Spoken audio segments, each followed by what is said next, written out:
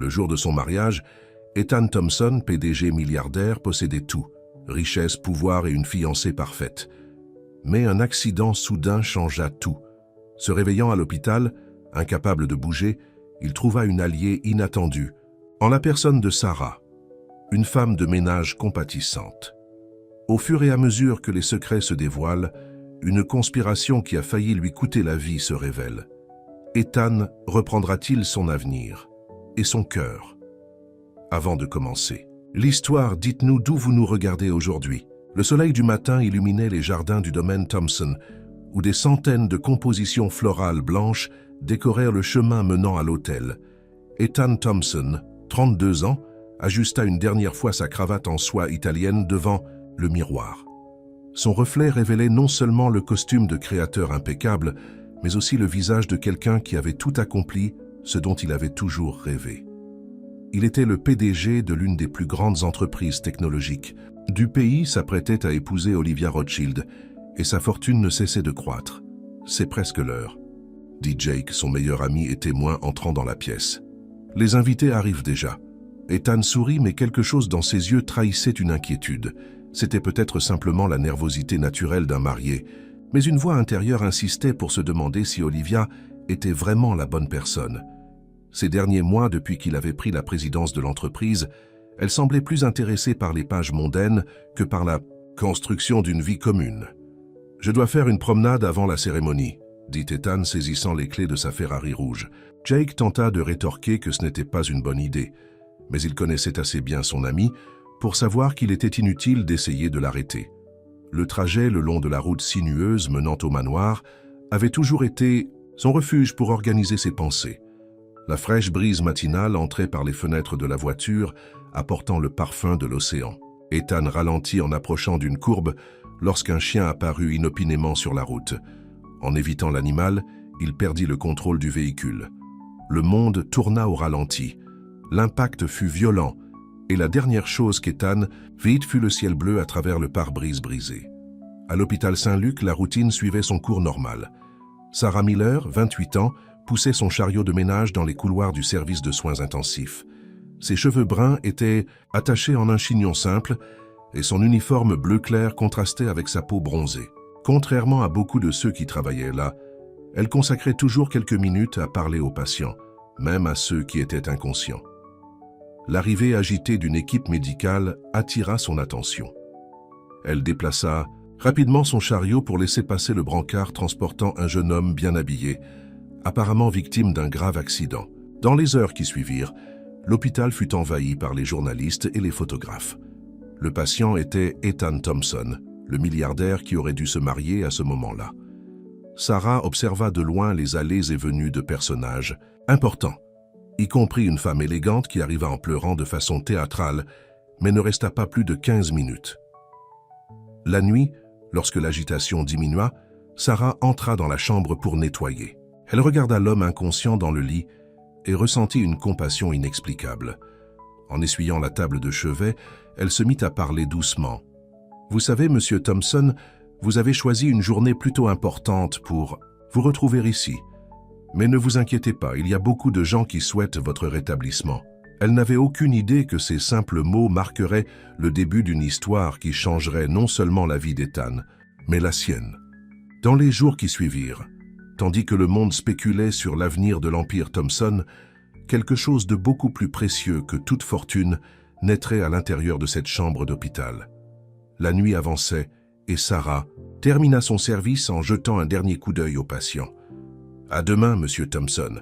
Demain, je vous apporterai un livre à vous lire. Saviez-vous qu'on dit que les personnes dans le coma peuvent entendre ?» Devant l'hôpital, les photographes étaient toujours en planque, désireux d'obtenir des nouvelles sur l'état de santé du milliardaire.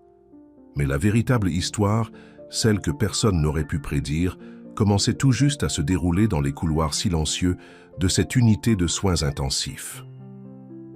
Les jours se transformèrent en semaines, et la chambre 507 des soins intensifs devint le théâtre d'un défilé de personnalités contrastées. Olivia Rothschild, la fiancée, apparaissait toujours pendant les heures où le mouvement de presse était le plus important, vêtue de vêtements impeccables et d'un maquillage parfait, comme si chaque visite était une séance photo. « Mon amour, tu dois te réveiller », disait-elle en se coiffant, tandis qu'un photographe du magazine Société et Pouvoir capturait le moment. « Comment vais-je organiser notre mariage sans toi ?» Sarah, qui nettoyait le couloir près de la chambre, ne put s'empêcher d'entendre ses visites théâtrales. Elle remarqua comment Olivia consultait constamment son téléphone portable et touchait à peine Ethan. Dès que les caméras s'éloignaient, elle disait rapidement au revoir, toujours avec une excuse concernant des engagements inévitables. Pendant les quarts de nuit, lorsque le silence dominait l'hôpital, Sarah profitait de ses pauses pour entrer dans la chambre 507. Elle apportait toujours un livre différent, emprunté à la bibliothèque publique près de chez elle. Elle commença par Le Petit Prince, son histoire préférée. « Ce qui est essentiel est invisible pour les yeux », lisait-elle à voix basse, assise dans le fauteuil à côté du lit. « Vous savez, Monsieur Thompson, parfois, je pense que vous m'écoutez peut-être. Ça doit être difficile d'être seule ici pendant si longtemps. » Une nuit, Sarah remarqua un changement subtil dans l'expression d'Ethan. Elle appela immédiatement l'infirmière de service, mais les médecins l'assurèrent que ce n'était qu'un réflexe involontaire. Malgré tout, elle maintint sa routine de lectures et de conversations. Pendant ce temps, dans les coulisses de l'Empire Thompson, des mouvements suspects commencèrent à se produire. Alexander, le frère aîné d'Ethan, convoqua une réunion extraordinaire du conseil d'administration. Une ancienne procuration en main, il commença progressivement à prendre le contrôle des entreprises. « Ce n'est que temporaire », assura-t-il aux actionnaires, « jusqu'à ce que mon frère se rétablisse. » Mais ses yeux révélaient d'autres intentions, surtout lorsqu'il rencontrait secrètement Michael Davis, le principal concurrent d'Ethan sur le marché. Les visites d'Alexander à l'hôpital devinrent de plus en plus rares, toujours accompagnées d'avocats et de papiers à signer. Sarah observa tout avec un mélange d'inquiétude et d'indignation. Lors de ses conversations nocturnes avec Ethan, elle partagea ses impressions. « Vous avez tant de gens autour de vous, mais parfois vous semblez si seul », commenta-t-elle en arrangeant les fleurs fanées qu'Olivia avait apportées pour les photos.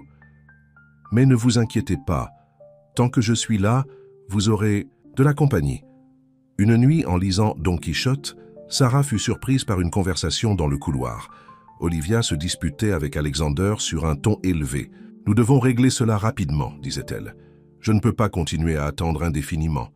La presse commence déjà à spéculer sur le mariage. »« Sois patiente, » répondit Alexander.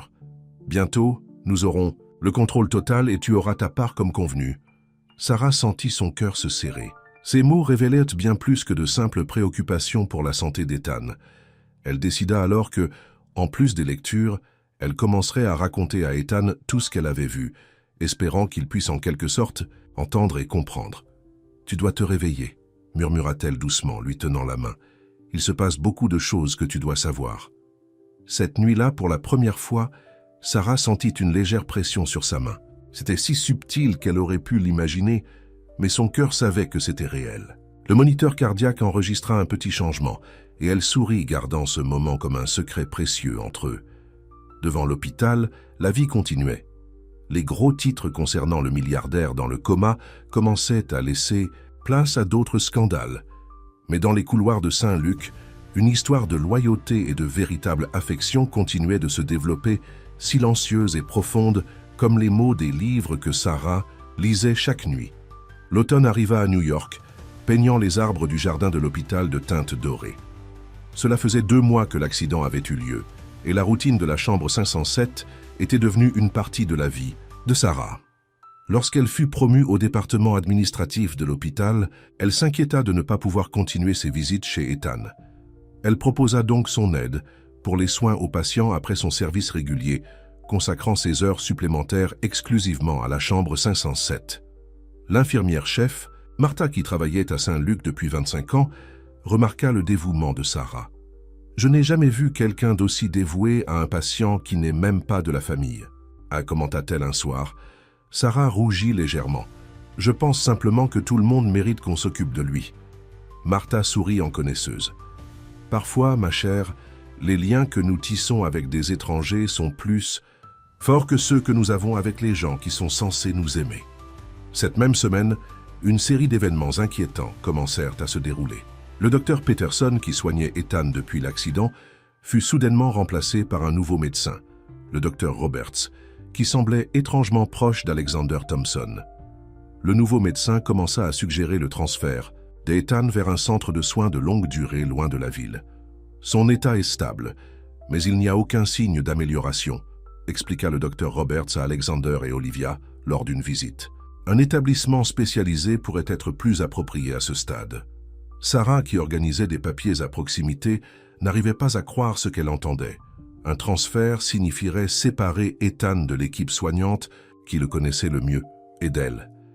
Plus tard dans la nuit, elle s'assit près du lit d'Ethan, sa voix plus urgente que d'habitude. « Tu ne peux pas partir maintenant », dit-elle, lui tenant la main. « Je sais que tu es là-dedans, que tu te bats pour revenir. S'il te plaît, donne-moi un signe, n'importe quel signe. » Elle regarda attentivement son visage, espérant une quelconque réaction. Et puis cela arriva. Les paupières d'Ethan palpitèrent légèrement. Ce n'était pas seulement un réflexe, c'était une réponse. Le cœur battant, Sarah appuya sur le bouton d'appel. Le docteur Peterson, qui était toujours de garde, arriva immédiatement. Son activité cérébrale augmente, confirma le médecin après avoir vérifié les moniteurs. Ce sont des signes prometteurs, mais nous devons être prudents. Le lendemain matin, lorsqu'Alexander et le docteur Roberts arrivèrent avec les papiers de transfert, ils furent accueillis par le docteur Peterson. « Je ne recommande pas de déplacer le patient pour le moment », dit-il fermement. Il y a des indications d'une possible reprise de conscience. Le visage d'Alexander s'assombrit. « Avec tout le respect que je vous dois, docteur, nous attendons depuis 2 mois. L'entreprise souffre sans leader et le conseil d'administration fait pression pour des décisions. » « Encore une semaine, » insista le docteur Peterson. « Donnez-lui encore une semaine avant de prendre des décisions. » À contre-cœur, Alexander accepta, mais Sarah put voir la colère dans ses yeux. Elle réalisa que le temps était compté pour Ethan. Ce soir-là, après son service, Sarah découvrit que son accès aux soins intensifs avait été restreint, une nouvelle directive provenant prétendument de la direction de l'hôpital. Mais Martha, qui était devenue son alliée, lui glissa une carte d'accès. « Fais juste attention », avertissant l'infirmière plus âgée. « Quelque chose ne va pas dans tout cela. » Lorsque Sarah entra dans la chambre 507, cette nuit-là, elle trouva Ethan seul, les moniteurs affichant plus d'activité que d'habitude. Elle s'assit à côté de lui et ouvrit un cahier. « J'ai tout documenté, Ethan, » dit-elle, sa voix mêlant détermination et peur. « Les réunions de votre frère, les documents qu'ils ont apportés pour signature, les changements dans les actions de votre entreprise. Je ne comprends pas tout, mais je sais que ce n'est pas bon. » Elle n'avait parlé de ses soupçons à personne, craignant que personne ne croirait une simple employée d'hôpital plutôt que la puissante famille Thompson. « J'aimerais savoir à qui faire confiance, » continua-t-elle. « Il y a votre ami Jake. Il est venu quelques fois, mais Alexander s'assure toujours qu'il ne soit jamais seul avec vous. » En parlant, elle remarqua les doigts d'Ethan bougeant légèrement. L'espoir la submergea, mais elle se rappela de ne pas trop s'emballer. « Si tu peux m'entendre, Ethan, je veux que tu saches que je n'abandonne pas. D'une manière ou d'une autre, nous allons régler ça ensemble. » Elle lui serra doucement la main, et à son étonnement, il la serra en retour, non pas faiblement cette fois, mais avec une pression définie. Sarah haleta, les larmes lui venant aux yeux. « Ethan, tu peux m'entendre ?» Ses paupières palpitèrent à nouveau, et cette fois, elles s'ouvrirent légèrement. Des yeux bleus désorientés la regardèrent un instant avant de se refermer à nouveau. Ce n'était pas de l'imagination ou un vœu pieux. Ethan Thompson se réveillait. Sarah appela rapidement le docteur Peterson, qui accourut. Après avoir examiné Ethan, il confirma ce que Sarah savait déjà. Ethan sortait de son coma. « C'est remarquable », dit le médecin en vérifiant les lectures. « Les 24 prochaines heures seront critiques. » Sarah resta aux côtés d'Ethan toute la nuit, observant qu'il montrait de plus en plus de signes de conscience. Le matin, il put ouvrir les yeux plus longtemps, même s'il ne pouvait toujours pas parler ni beaucoup bouger. Lorsqu'Alexander et Olivia arrivèrent, ils furent choqués de trouver Ethan réveillé et le docteur Peterson expliquant la situation. « C'est un miracle !» s'exclama Olivia pour le bénéfice des journalistes attendant dehors. Mais ses yeux ne montraient aucune joie, seulement du calcul. Alexander semblait encore plus perturbé. « C'est une merveilleuse nouvelle. Quand pourra-t-il reprendre ses fonctions ?» Le docteur Peterson secoua la tête. « Le Rétablissement d'un coma est un long processus, Monsieur Thompson. Votre frère aura besoin d'une thérapie intensive et de temps pour retrouver ses fonctions. Sarah resta tranquillement dans un coin de la pièce, observant le regard d'Ethan errant autour de lui, absorbant les visages qui l'entouraient. Lorsque ses yeux rencontrèrent les siens, elle vit quelque chose que les autres avaient manqué, la reconnaissance. À ce moment-là, elle sut que toutes ces nuits de lectures et de conversations n'avaient pas été vaines. Ethan l'avait entendu. Et maintenant, contre toute attente, il se battait pour revenir dans un monde qu'il avait presque oublié, un monde où le danger l'attendait, caché derrière les sourires de ceux qui étaient censés l'aimer le plus. Mais il ne le ferait pas seul. Sans dire un mot, Sarah lui fit une promesse avec ses yeux. Elle serait là, l'aidant à reconstituer la vérité, quoi qu'il lui en coûte. La nouvelle qu'Ethan Thompson s'était réveillé de son coma se répandit rapidement dans les cercles huppés de New York. Le hall de l'hôpital se remplit de journalistes, d'associés commerciaux et de curieux, tous désireux d'apercevoir l'homme qui avait défié la mort. Le docteur Peterson établit des règles de visite strictes. Seuls les membres de la famille et le personnel médical étaient autorisés dans la chambre d'Ethan, et seulement pour de courtes périodes. Cela signifiait qu'Alexander et Olivia pouvaient maintenir leur façade de frères inquiets et de fiancés dévoués, mais cela signifiait aussi que l'accès de Sarah à Ethan était sévèrement limité. Son rétablissement sera lent, expliqua le docteur Peterson lors d'une réunion avec Alexander et Olivia. Il peut ressentir de la confusion, des pertes de mémoire et une faiblesse physique. Cela pourrait prendre des mois avant qu'il ne retrouve sa forme d'antan, voire jamais. Alexander hocha la tête, avec une fausse préoccupation. « Bien sûr, docteur, nous veillerons à ce qu'il reçoive les meilleurs soins possibles. »« Quand pourra-t-il parler ?» demanda Olivia, tordant nerveusement sa bague de fiançailles en diamant. « C'est difficile à dire. Certains patients récupèrent rapidement la parole, d'autres prennent beaucoup plus de temps. Ce qu'aucun d'eux ne réalisait, c'est qu'Ethan pouvait déjà comprendre tout ce qui se passait autour de lui. Il ne pouvait tout simplement pas encore répondre. Son esprit était piégé dans un corps qui ne coopérait pas, comme s'il était sous l'eau et incapable d'appeler à l'aide. Mais il y avait une personne qui semblait le sentir. Pendant ses services administratifs, Sarah trouva des raisons de remettre des documents à la nouvelle chambre d'Ethan, maintenant, située à l'étage de réadaptation. Elle échangeait un regard avec lui et, dans ces brefs moments, une communication silencieuse passait entre eux. Tard un soir, lorsque la plupart du personnel était rentré chez lui, Sarah se glissa dans la chambre d'Ethan avec son cahier. « Monsieur Thompson », murmura-t-elle, vérifiant qu'ils étaient seuls. « Je ne sais pas combien vous vous souvenez, mais les choses ne vont pas bien avec votre entreprise. Votre frère a passé des accords avec Michael Davis, votre concurrent. J'ai pris des notes sur tout ce que j'ai entendu. » Les yeux d'Ethan s'écarquillèrent légèrement. Il essaya de parler, mais un son rauque sortit seulement. « Ne vous fatiguez pas, » dit Sarah, lui touchant doucement le bras. « Clignez simplement une fois pour oui et 2 fois pour non. Vous vous souvenez de moi ?» Ethan cligna des yeux une fois, fermement. Le cœur de Sarah bondit. « Vous vous souvenez de ce qui s'est passé? L'accident ?» Un clignement. « Faites-vous confiance à votre frère Alexander ?» 2 clignements, emphatiques. « Votre fiancé, Olivia ?» 2 autres clignements. Sarah prit une profonde inspiration. « Je dois trouver quelqu'un en qui vous avez confiance et qui peut nous aider. Votre ami Jake, est-il digne de confiance ?» Ethan cligna des yeux une fois, puis fit un mouvement de lutte avec sa main. Sarah lui donna rapidement un stylo et tint son cahier à sa portée. Avec un effort énorme, il griffonna un mot bancal, « avocat ». « Votre avocat? Vous voulez que je contacte votre avocat ?» Un clignement. « Vous vous souvenez de son nom ?» Ethan lutta à nouveau avec le stylo. « Reynolds !» Sarah hocha la tête. « Je vais le trouver, je le promets. » À ce moment-là, des pas résonnèrent dans le couloir. Sarah cacha rapidement le cahier et fit semblant de régler les oreillers d'Ethan lorsqu'une infirmière de nuit entra. « Les heures de visite sont terminées, » dit l'infirmière avec méfiance. « Je venais juste de terminer, » répondit Sarah avec un sourire professionnel. Monsieur Thompson avait besoin qu'on lui règle ses oreillers. En partant, elle jeta un dernier coup d'œil à Ethan, qui lui fit le plus léger signe de tête. Leur alliance était scellée. Le lendemain, Sarah utilisa sa pause déjeuner pour se rendre à la bibliothèque publique. Elle chercha en ligne « Avocat Reynolds Thompson » et trouva plusieurs articles mentionnant William Reynolds, le conseiller juridique de longue date d'Ethan. Malheureusement, lorsqu'elle appela son bureau, la réceptionniste l'informa que M. Reynolds était parti en vacances prolongées en Europe, immédiatement après l'accident d'Ethan, à la suggestion d'Alexander Thompson. Ce soir-là, Sarah retourna dans la chambre d'Ethan avec la nouvelle décevante. « Reynolds est injoignable », murmura-t-elle, « mais j'ai trouvé autre chose.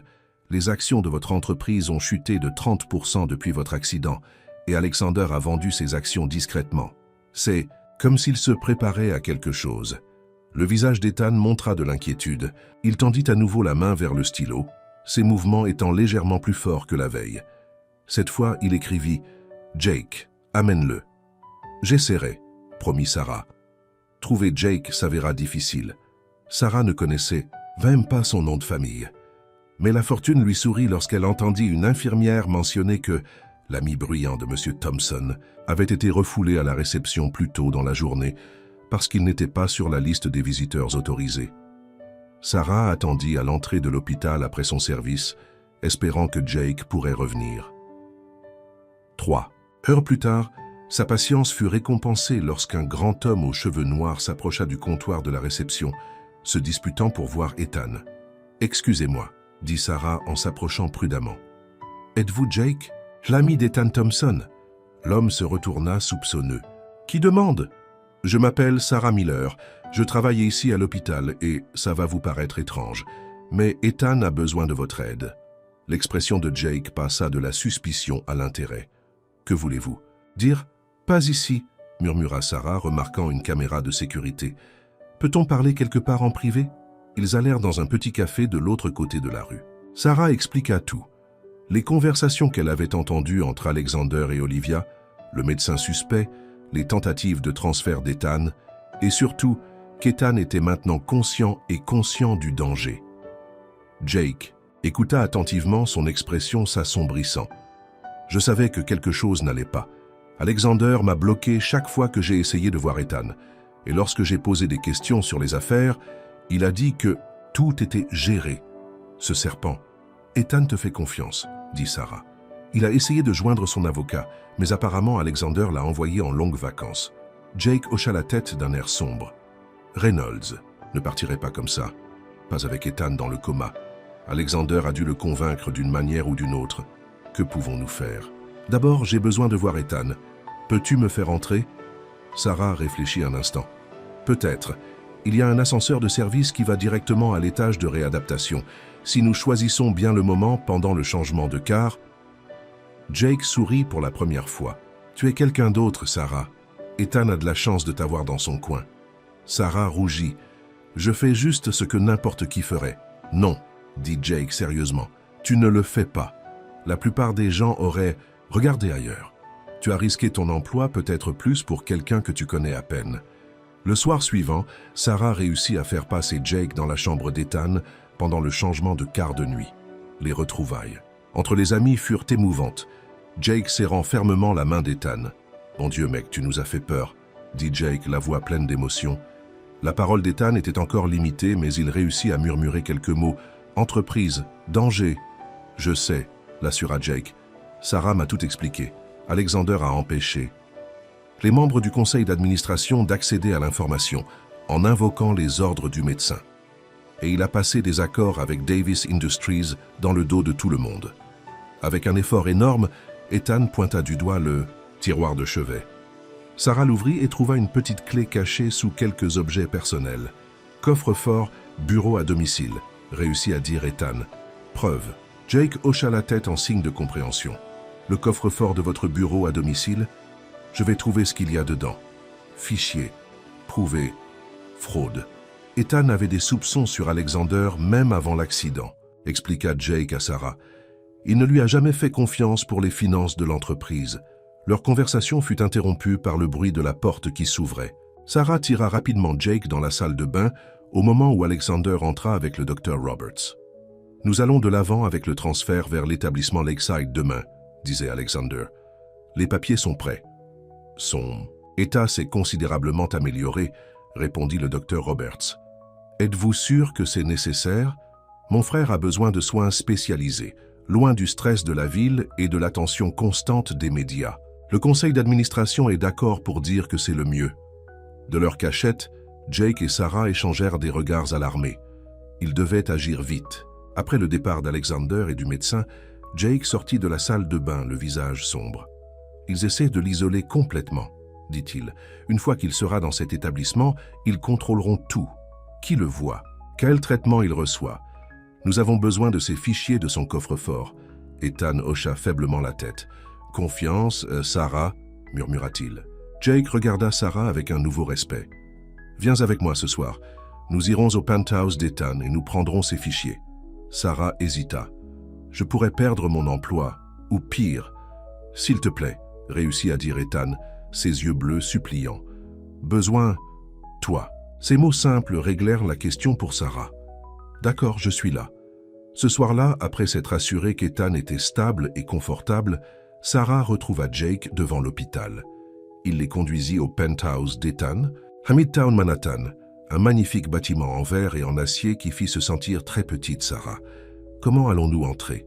demanda-t-elle en se garant. « J'ai une clé, » expliqua Jake. « Ethan me l'a donnée il y a des années pour les urgences. Le concierge me connaît. » Fidèle à sa parole, ils entrèrent sans problème.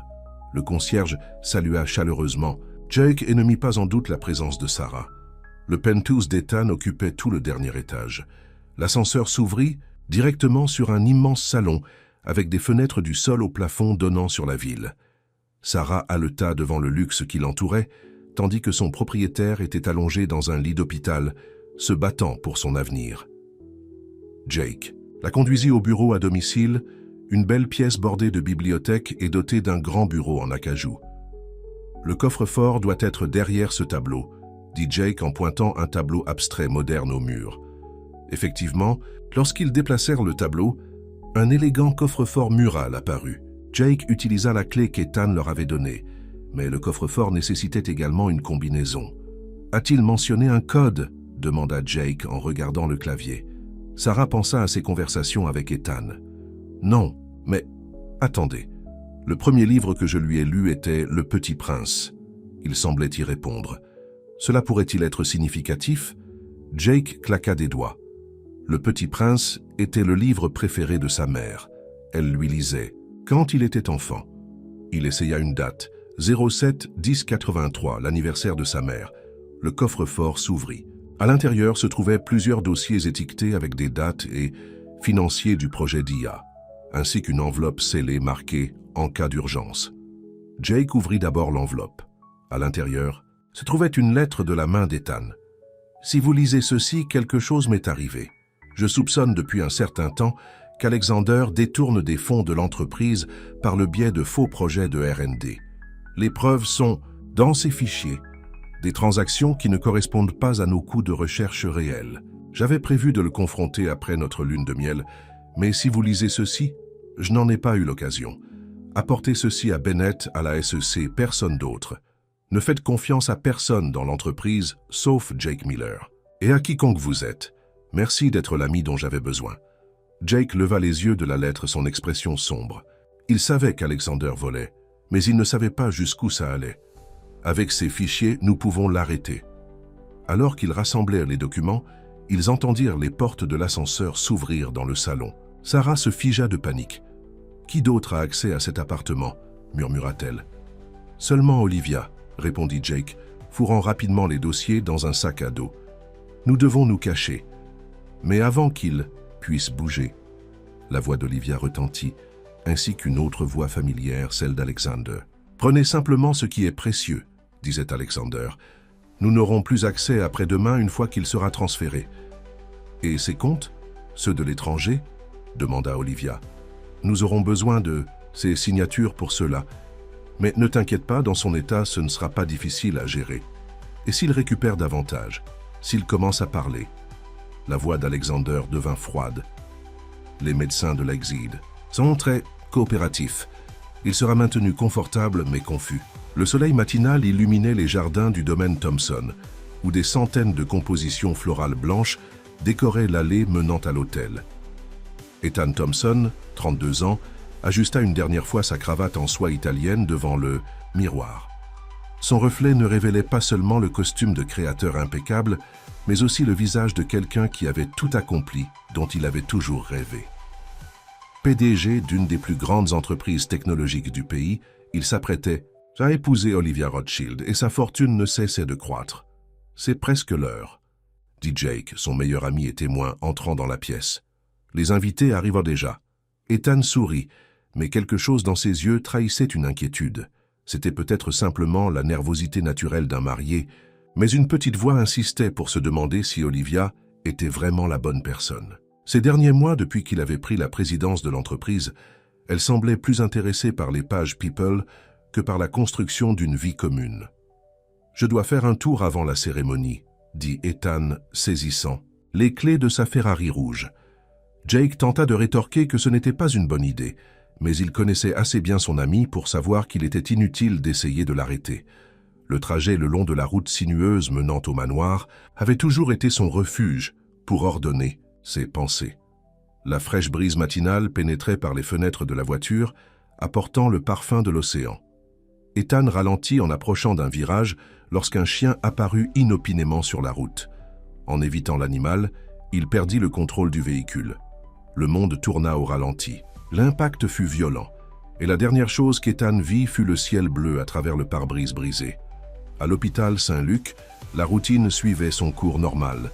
Sarah Miller, 28 ans, poussait son chariot de ménage dans les couloirs du service de soins intensifs.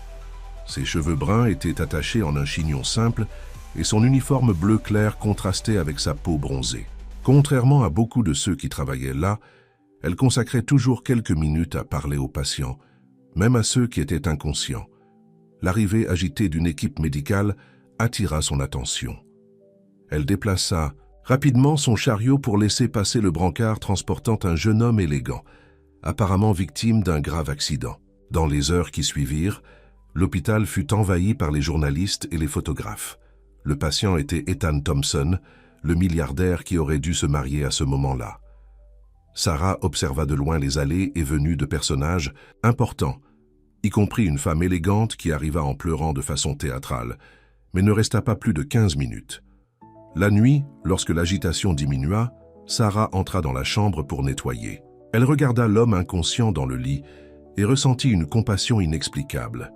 En essuyant la table de chevet, elle se mit à parler doucement. « Vous savez, monsieur Thompson, vous avez choisi une journée plutôt importante pour vous. Retrouvez ici, mais ne vous inquiétez pas. Il y a beaucoup de gens qui souhaitent votre rétablissement. » Elle n'avait aucune idée que ces simples mots marqueraient le début d'une histoire qui changerait non seulement la vie d'Ethan, mais la sienne. Dans les jours qui suivirent, tandis que le monde spéculait sur l'avenir de l'Empire Thompson, quelque chose de beaucoup plus précieux que toute fortune naîtrait à l'intérieur de cette chambre d'hôpital. La nuit avançait, et Sarah termina son service en jetant un dernier coup d'œil au patient. « À demain, monsieur Thompson. Demain, je vous apporterai un livre à vous lire. Saviez-vous qu'on dit que les personnes dans le coma peuvent entendre ?» Devant l'hôpital, les photographes étaient toujours en embuscade, désireux d'obtenir des nouvelles sur l'état de santé du milliardaire. Mais la véritable histoire, celle que personne n'aurait pu prédire, commençait tout juste à se dérouler dans les couloirs silencieux de cette unité de soins intensifs. Les jours se transformèrent en semaines et la chambre 507 des soins intensifs devint le théâtre d'un défilé de personnalités contrastées. Olivia Rothschild, la fiancée, apparaissait toujours pendant les heures où le mouvement de presse était le plus important, vêtue de vêtements impeccables et d'un maquillage parfait, comme si chaque visite était une séance photo. « Mon amour, tu dois te réveiller », disait-elle, se recoiffant tandis qu'un photographe du magazine Société et Pouvoir capturait le moment. « Comment vais-je organiser notre mariage sans toi ?» Sarah, qui nettoyait le couloir près de la chambre, ne put s'empêcher d'entendre ses visites théâtrales. Elle remarqua comment Olivia consultait constamment son téléphone portable et touchait à peine Ethan. Dès que les caméras s'éloignaient, elle disait rapidement au revoir, toujours avec une excuse concernant des engagements inévitables. Pendant les quarts de nuit, lorsque le silence dominait l'hôpital, Sarah profitait de ses pauses pour entrer dans la chambre 507. Elle apportait toujours un livre différent, emprunté à la bibliothèque publique près de chez elle. Elle commença par Le Petit Prince, son histoire préférée. Ce qui est essentiel est invisible pour les yeux, lisait-elle à voix basse, assise dans le fauteuil à côté du lit. Vous savez, monsieur Thompson, parfois je pense que vous m'écoutez peut-être. Ça doit être difficile d'être seul ici pendant si longtemps. Une nuit, Sarah remarqua un changement subtil dans l'expression d'Ethan. Elle appela immédiatement l'infirmière de service, mais les médecins l'assurèrent que ce n'était qu'un réflexe involontaire. Malgré tout, elle maintint sa routine de lectures et de conversations. Pendant ce temps, dans les coulisses de l'Empire Thompson, des mouvements suspects commencèrent à se produire. Alexander, le frère aîné d'Ethan, convoqua une réunion extraordinaire du conseil d'administration. Une ancienne procuration en main, il commença progressivement à prendre le contrôle des entreprises. Ce n'est que temporaire, assura-t-il aux actionnaires, jusqu'à ce que mon frère se rétablisse. Mais ses yeux révélaient d'autres intentions, surtout lorsqu'il rencontrait secrètement Michael Davis, le principal concurrent d'Ethan sur le marché. Les visites d'Alexander à l'hôpital devinrent de plus en plus rares, toujours accompagnées d'avocats et de papiers à signer. Sarah observa tout avec un mélange d'inquiétude et d'indignation. Lors de ses conversations nocturnes avec Ethan, elle partagea ses impressions. « Vous avez tant de gens autour de vous, mais parfois vous semblez si seul », commenta-t-elle en arrangeant les fleurs fanées qu'Olivia avait apportées pour les photos. « Mais ne vous inquiétez pas, tant que je suis là, vous aurez de la compagnie. » Une nuit, en lisant Don Quichotte, Sarah fut surprise par une conversation dans le couloir. Olivia se disputait avec Alexander sur un ton élevé. « Nous devons régler cela rapidement, » disait-elle. « Je ne peux pas continuer à attendre indéfiniment. La presse commence déjà à spéculer sur le mariage. »« Sois patiente, » répondit Alexander. « Bientôt, nous aurons le contrôle. Total, et tu auras ta part comme convenu. » Sarah sentit son cœur se serrer. Ces mots révélaient bien plus que de simples préoccupations pour la santé d'Ethan. Elle décida alors que, en plus des lectures, elle commencerait à raconter à Ethan tout ce qu'elle avait vu, espérant qu'il puisse en quelque sorte entendre et comprendre. « Tu dois te réveiller, » murmura-t-elle doucement, lui tenant la main. « Il se passe beaucoup de choses que tu dois savoir. » Cette nuit-là, pour la première fois, Sarah sentit une légère pression sur sa main. C'était si subtil qu'elle aurait pu l'imaginer, mais son cœur savait que c'était réel. Le moniteur cardiaque enregistra un petit changement et elle sourit, gardant ce moment comme un secret précieux entre eux. Devant l'hôpital, la vie continuait. Les gros titres concernant le milliardaire dans le coma commençaient à laisser place à d'autres scandales. Mais dans les couloirs de Saint-Luc, une histoire de loyauté et de véritable affection continuait de se développer, silencieuse et profonde, comme les mots des livres que Sarah lisait chaque nuit. L'automne arriva à New York, peignant les arbres du jardin de l'hôpital de teintes dorées. Cela faisait 2 mois que l'accident avait eu lieu, et la routine de la chambre 507 était devenue une partie de la vie de Sarah. Lorsqu'elle fut promue au département administratif de l'hôpital, elle s'inquiéta de ne pas pouvoir continuer ses visites chez Ethan. Elle proposa donc son aide pour les soins aux patients après son service régulier, consacrant ses heures supplémentaires exclusivement à la chambre 507. L'infirmière-chef, Martha, qui travaillait à Saint-Luc depuis 25 ans, remarqua le dévouement de Sarah. « Je n'ai jamais vu quelqu'un d'aussi dévoué à un patient qui n'est même pas de la famille », commenta-t-elle un soir. Sarah rougit légèrement. « Je pense simplement que tout le monde mérite qu'on s'occupe de lui. » Martha sourit en connaisseuse. « Parfois, ma chère, les liens que nous tissons avec des étrangers sont plus forts que ceux que nous avons avec les gens qui sont censés nous aimer. » Cette même semaine, une série d'événements inquiétants commencèrent à se dérouler. Le docteur Peterson, qui soignait Ethan depuis l'accident, fut soudainement remplacé par un nouveau médecin, le docteur Roberts, qui semblait étrangement proche d'Alexander Thompson. Le nouveau médecin commença à suggérer le transfert d'Ethan vers un centre de soins de longue durée loin de la ville. Son état est stable, mais il n'y a aucun signe d'amélioration, expliqua le docteur Roberts à Alexander et Olivia. Lors d'une visite, un établissement spécialisé pourrait être plus approprié à ce stade. Sarah, qui organisait des papiers à proximité, n'arrivait pas à croire ce qu'elle entendait. Un transfert signifierait séparer Ethan de l'équipe soignante qui le connaissait le mieux, et d'elle. Plus tard dans la nuit, elle s'assit près du lit d'Ethan, sa voix plus urgente que d'habitude. « Tu ne peux pas partir maintenant, » dit-elle, lui tenant la main. « Je sais que tu es là-dedans, que tu te bats pour revenir, S'il te plaît, donne-moi un signe. N'importe quel signe. Elle regarda attentivement son visage, espérant une quelconque réaction. Et puis cela arriva. Les paupières d'Ethan palpitèrent légèrement. Ce n'était pas seulement un réflexe, c'était une réponse. Le cœur battant, Sarah appuya sur le bouton d'appel. Le docteur Peterson, qui était toujours de garde, arriva immédiatement. Son activité cérébrale augmente, confirma le médecin après avoir vérifié les moniteurs. Ce sont des signes prometteurs, mais nous devons être prudents. Le lendemain matin, lorsque Alexander et le docteur Roberts arrivèrent, avec les papiers de transfert, ils furent accueillis par le docteur Peterson. « Je ne recommande pas de déplacer le patient pour le moment, » dit-il fermement.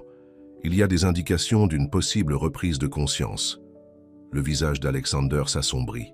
« Avec tout le respect que je vous dois, docteur, nous attendons depuis 2 mois. L'entreprise souffre sans leader et le conseil d'administration fait pression pour des décisions. Encore 1 semaine, insista le docteur Peterson. Donnez-lui encore 1 semaine avant de prendre des décisions. À contre-cœur, Alexander accepta, mais Sarah put voir la colère dans ses yeux. Elle réalisa que le temps était compté pour Ethan. Ce soir-là, après son service, Sarah découvrit que son accès aux soins intensifs avait été restreint, une nouvelle directive provenant prétendument de la direction de l'hôpital. Mais Martha, qui était devenue son alliée, lui glissa une carte d'accès. « Fais juste attention », avertissant l'infirmière plus âgée. « Quelque chose ne va pas dans tout cela. » Lorsque Sarah entra dans la chambre 507 cette nuit-là, elle trouva Ethan seul, les moniteurs affichant plus d'activité que d'habitude. Elle s'assit à côté de lui et ouvrit un carnet. « J'ai tout documenté, Ethan, » dit-elle, sa voix mêlant détermination et peur. « Les réunions de votre frère, les documents qu'ils ont apportés pour signature, les changements dans les actions de votre entreprise. Je ne comprends pas tout, mais je sais que ce n'est pas bon. » Elle n'avait parlé de ses soupçons à personne, craignant que personne ne croirait une simple employée d'hôpital plutôt que la puissante famille Thompson. « J'aimerais savoir à qui faire confiance, » continua-t-elle. « Il y a votre ami Jake. Il est venu quelques fois, mais Alexander s'assure toujours qu'il ne soit jamais seul avec vous. » En parlant, elle remarqua les doigts d'Ethan, bougeant légèrement. L'espoir la submergea, mais elle se rappela de ne pas trop s'emballer. « Si tu peux m'entendre, Ethan, je veux que tu saches que je n'abandonne pas. D'une manière ou d'une autre, nous allons régler ça ensemble. » Elle lui serra doucement la main, et à son étonnement, il la serra en retour, non pas faiblement cette fois, mais avec une pression définie. Sarah haleta, les larmes lui venant aux yeux. « Ethan, tu peux m'entendre ?» Ses paupières palpitèrent à nouveau, et cette fois, elles s'ouvrirent légèrement. Des yeux bleus désorientés la regardèrent un instant avant de se refermer. À nouveau. Ce n'était pas de l'imagination ou un vœu pieux. Ethan Thompson se réveillait. Sarah appela rapidement le docteur Peterson, qui accourut. Après avoir examiné Ethan, il confirma ce que Sarah savait déjà. Ethan sortait de son coma. « C'est remarquable, » dit le médecin en vérifiant les lectures. « Les 24 prochaines heures seront critiques. » Sarah resta aux côtés d'Ethan toute la nuit, observant qu'il montrait de plus en plus de signes de conscience. Le matin, il put ouvrir les yeux plus longtemps, même s'il ne pouvait toujours pas parler, ni beaucoup bouger.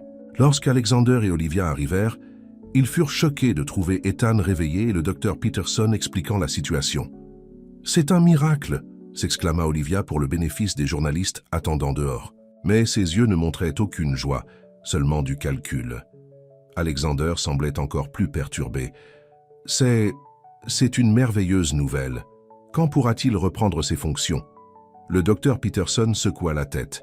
« Le rétablissement d'un coma est un long processus, monsieur Thompson. Votre frère aura besoin d'une thérapie intensive et de temps pour retrouver ses fonctions. » Sarah resta tranquillement dans un coin de la pièce, observant le regard d'Ethan, errant autour de lui, absorbant les visages qui l'entouraient. Lorsque ses yeux rencontrèrent les siens, elle vit quelque chose que les autres avaient manqué, la reconnaissance. À ce moment-là, elle sut que toutes ces nuits de lecture et de conversation n'avaient pas été vaines.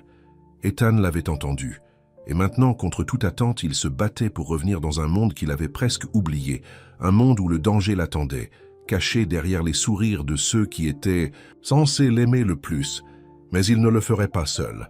Sans dire un mot, Sarah lui fit une promesse avec ses yeux. Elle serait là, l'aidant à reconstituer la vérité, quoi qu'il lui en coûte. La nouvelle qu'Ethan Thompson s'était réveillé de son coma se répandit rapidement dans les cercles, huppés de New York. Le hall de l'hôpital se remplit de journalistes, d'associés commerciaux et de curieux, tous désireux d'apercevoir l'homme qui avait défié la mort. Le docteur Peterson établit des règles de visite strictes. Seuls les membres de la famille et le personnel médical étaient autorisés dans la chambre d'Ethan, et seulement pour de courtes périodes. Cela signifiait qu'Alexander et Olivia pouvaient maintenir leur façade de frères inquiets et de fiancés dévoués. Mais cela signifiait aussi que l'accès de Sarah à Ethan était sévèrement limité. Son rétablissement sera lent, expliqua le docteur Peterson lors d'une réunion avec Alexander et Olivia. Il peut ressentir de la confusion, des pertes de mémoire et une faiblesse physique. Cela pourrait prendre des mois avant qu'il ne retrouve sa forme d'antan, voire jamais. Alexander hocha la tête avec une fausse préoccupation. « Bien sûr, docteur, nous veillerons à ce qu'il reçoive les meilleurs soins possibles. »« Quand pourra-t-il parler ?» demanda Olivia, tordant nerveusement sa bague de fiançailles en diamant. « C'est difficile à dire. Certains patients récupèrent rapidement la parole, d'autres prennent beaucoup plus de temps.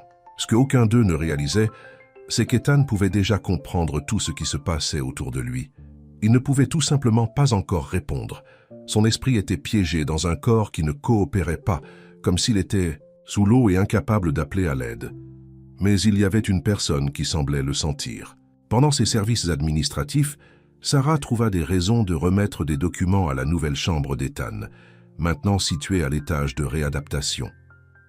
Elle échangeait un regard avec lui et dans ces brefs moments, une communication silencieuse passait entre eux. Tard un soir, lorsque la plupart du personnel était rentré chez lui, Sarah se glissa dans la chambre d'Ethan avec son carnet. « Monsieur Thompson » murmura-t-elle, vérifiant qu'ils étaient seuls. « Je ne sais pas combien vous vous souvenez, mais les choses ne vont pas bien avec votre entreprise. Votre frère a passé des accords avec Michael Davis, votre concurrent. J'ai pris des notes sur tout ce que j'ai entendu. » Les yeux d'Ethan s'écarquillèrent légèrement. Il essaya de parler, mais un son rauque sortit seulement. « Ne vous fatiguez pas, » dit Sarah, lui touchant doucement le bras. « Clignez simplement une fois pour oui et 2 fois pour non. Vous vous souvenez de moi ?» Ethan cligna des yeux, une fois fermement. Le cœur de Sarah bondit. « Vous vous souvenez de ce qui s'est passé, l'accident ?» Un clignement. « Faites-vous confiance à votre frère Alexander ?» 2 clignements, emphatiques. « Votre fiancée, Olivia ?» 2 autres clignements. Sarah prit une profonde inspiration. « Je dois trouver quelqu'un en qui vous avez confiance et qui peut nous aider. Votre ami Jake, est-il digne de confiance ?» Ethan cligna des yeux une fois, puis fit un mouvement de lutte avec sa main. Sarah lui donna rapidement un stylo et tint son carnet à sa portée. Avec un effort énorme, il griffonna un mot bancal. « Avocat. »« Votre avocat. Vous voulez que je contacte votre avocat ?» Un clignement. « Vous vous souvenez de... son nom ?» Ethan lutta à nouveau avec le stylo. « Reynolds. » Sarah hocha la tête. « Je vais le trouver, je le promets. » À ce moment-là, des pas résonnèrent dans le couloir. Sarah cacha rapidement le carnet et fit semblant de régler les oreillers d'Ethan lorsqu'une infirmière de nuit entra. « Les heures de visite sont terminées, » dit l'infirmière avec méfiance. « Je venais juste de terminer, » répondit Sarah avec un sourire professionnel. Monsieur Thompson avait besoin qu'on lui règle ses oreillers. En partant, elle jeta un dernier coup d'œil à Ethan qui lui fit le plus léger signe de tête. Leur alliance était scellée. Le lendemain, Sarah utilisa sa pause déjeuner pour se rendre à la bibliothèque publique. Elle chercha en ligne « Avocat Reynolds Thompson » et trouva plusieurs articles mentionnant William Reynolds, le conseiller juridique de longue date d'Ethan. Malheureusement, lorsqu'elle appela son bureau, la réceptionniste l'informa que M. Reynolds était parti en vacances prolongées en Europe immédiatement après l'accident d'Ethan, à la suggestion d'Alexander Thompson. Ce soir-là, Sarah retourna dans la chambre d'Ethan avec la nouvelle décevante. « Reynolds est injoignable, » murmura-t-elle. « Mais j'ai trouvé autre chose. Les actions de votre entreprise ont chuté de 30% depuis votre accident et Alexander a vendu ses actions discrètement. C'est comme s'il se préparait à quelque chose. » Le visage d'Ethan montra de l'inquiétude. Il tendit à nouveau la main vers le stylo, ses mouvements étant légèrement plus forts que la veille. Cette fois, il écrivit « Jake, amène-le. J'essaierai, » promit Sarah. Trouver Jake s'avéra difficile. Sarah ne connaissait même pas son nom de famille. Mais la fortune lui sourit lorsqu'elle entendit une infirmière mentionner que l'ami bruyant de M. Thompson avait été refoulé à la réception plus tôt dans la journée parce qu'il n'était pas sur la liste des visiteurs autorisés. Sarah attendit à l'entrée de l'hôpital après son service, espérant que Jake pourrait revenir. 3 heures plus tard, sa patience fut récompensée lorsqu'un grand homme aux cheveux noirs s'approcha du comptoir de la réception, se disputant pour voir Ethan. « Excusez-moi, » dit Sarah en s'approchant prudemment. « Êtes-vous Jake, l'ami d'Ethan Thompson ?» L'homme se retourna soupçonneux. « Qui demande ?»« Je m'appelle Sarah Miller. Je travaille ici à l'hôpital et ça va vous paraître étrange, mais Ethan a besoin de votre aide. » L'expression de Jake passa de la suspicion à l'intérêt. « Que voulez-vous dire ?»« Pas ici, » murmura Sarah, remarquant une caméra de sécurité. « Peut-on parler quelque part en privé ?» Ils allèrent dans un petit café de l'autre côté de la rue. Sarah expliqua tout. Les conversations qu'elle avait entendues entre Alexander et Olivia, le médecin suspect, les tentatives de transfert d'Ethan, et surtout qu'Ethan était maintenant conscient du danger. Jake écouta attentivement, son expression s'assombrissant. « Je savais que quelque chose n'allait pas. Alexander m'a bloqué chaque fois que j'ai essayé de voir Ethan, et lorsque j'ai posé des questions sur les affaires, il a dit que tout était géré. Ce serpent. Ethan te fait confiance, dit Sarah. Il a essayé de joindre son avocat, mais apparemment, Alexander l'a envoyé en longues vacances. Jake hocha la tête d'un air sombre. Reynolds ne partirait pas comme ça, pas avec Ethan dans le coma. Alexander a dû le convaincre d'une manière ou d'une autre. Que pouvons-nous faire? D'abord, j'ai besoin de voir Ethan. Peux-tu me faire entrer? Sarah réfléchit un instant. Peut-être. Il y a un ascenseur de service qui va directement à l'étage de réadaptation. Si nous choisissons bien le moment, pendant le changement de car... Jake sourit pour la première fois. Tu es quelqu'un d'autre, Sarah. Ethan a de la chance de t'avoir dans son coin. Sarah rougit. Je fais juste ce que n'importe qui ferait. Non, dit Jake sérieusement.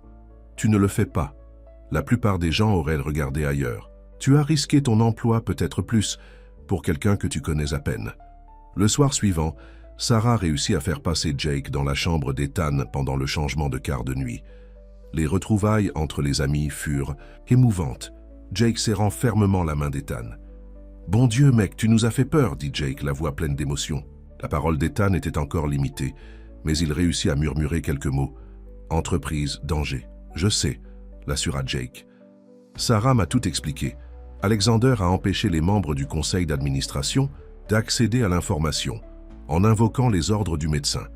Et il a passé des accords avec Davis Industries dans le dos de tout le monde. Avec un effort énorme, Ethan pointa du doigt le tiroir de chevet. Sarah l'ouvrit et trouva une petite clé cachée sous quelques objets personnels. « Coffre-fort, bureau à domicile », réussit à dire Ethan. « Preuve. » Jake hocha la tête en signe de compréhension. « Le coffre-fort de votre bureau à domicile. Je vais trouver ce qu'il y a dedans.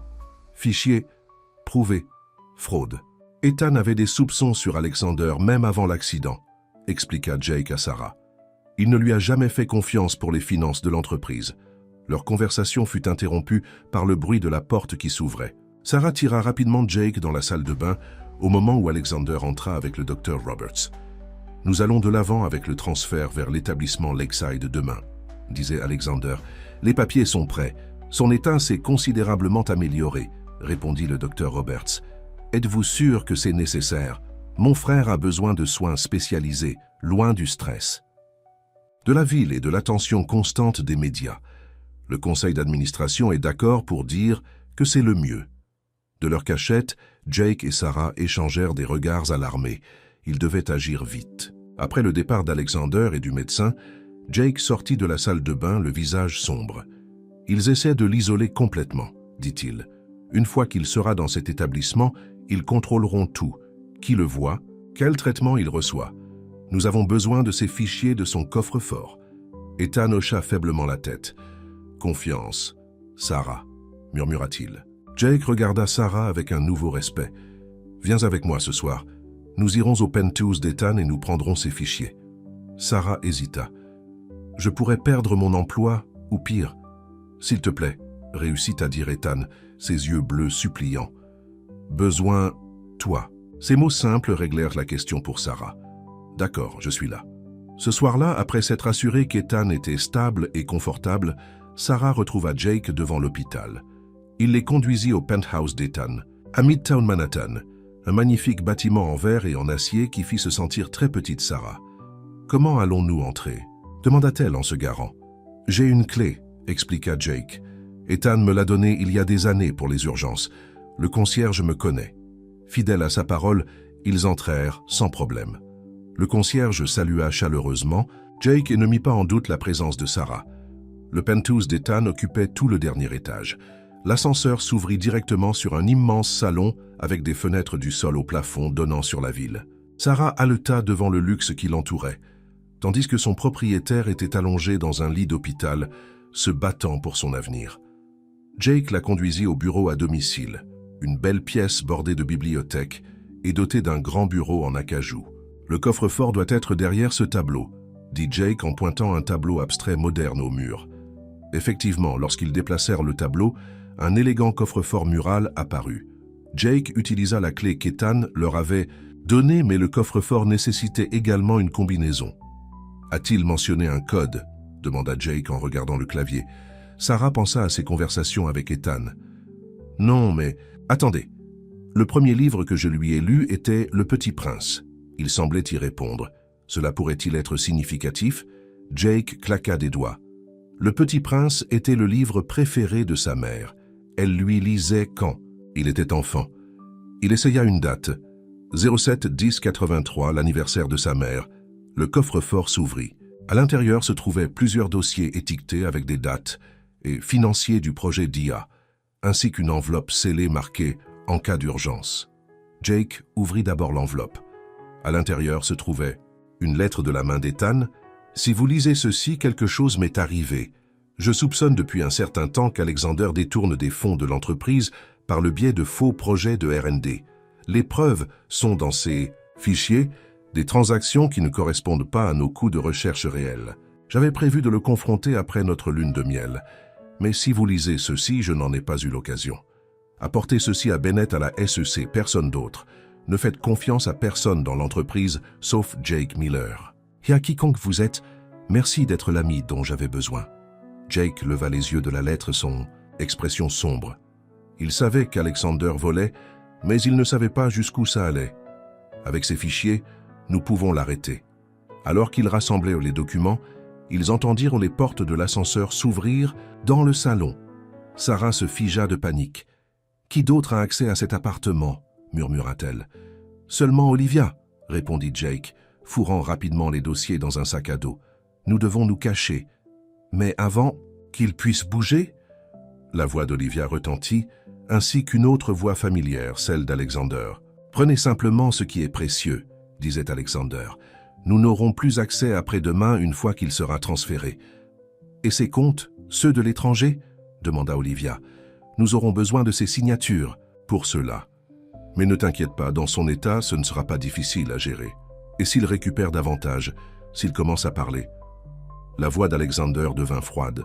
« Les médecins de Lakeside sont très coopératifs. Il sera maintenu confortable mais confus. Personne ne remet en question les dosages de médicaments pour les patients victimes de traumatismes crâniens. » Sarah se couvrit la bouche pour étouffer un cri. Ils prévoyèrent de droguer Ethan pour le maintenir incapable d'agir. Jake la tira vers une petite porte qu'elle n'avait pas remarquée, un débarras. Ils se glissèrent à l'intérieur, juste au moment où Alexander et Olivia entraient dans le bureau. « Le coffre-fort d'abord, » dit Alexander.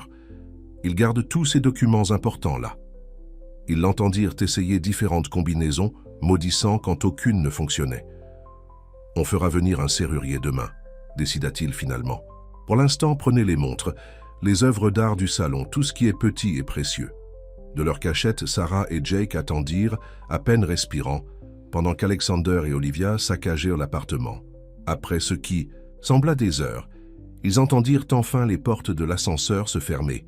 « Ça a été chaud », chuchota Jake, sortant du débarras. « Nous devons apporter ces dossiers à la SEC immédiatement. »« Non », dit Sarah fermement. « D'abord, nous devons les empêcher de transférer Ethan demain.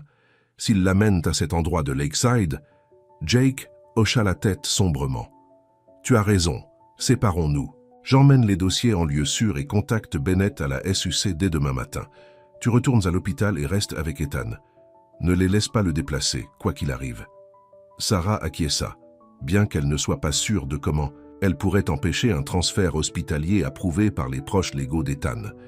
Ils quittèrent le penthouse séparément, Sarah serrant un petit enregistreur que Jake avait trouvé sur le bureau d'Ethan. Sur celui-ci, ils avaient enregistré la conversation compromettante d'Alexander et Olivia, une preuve de leurs intentions qui pourrait aider à convaincre l'administration de l'hôpital. Le trajet en taxi jusqu'à Saint-Luc sembla durer une éternité.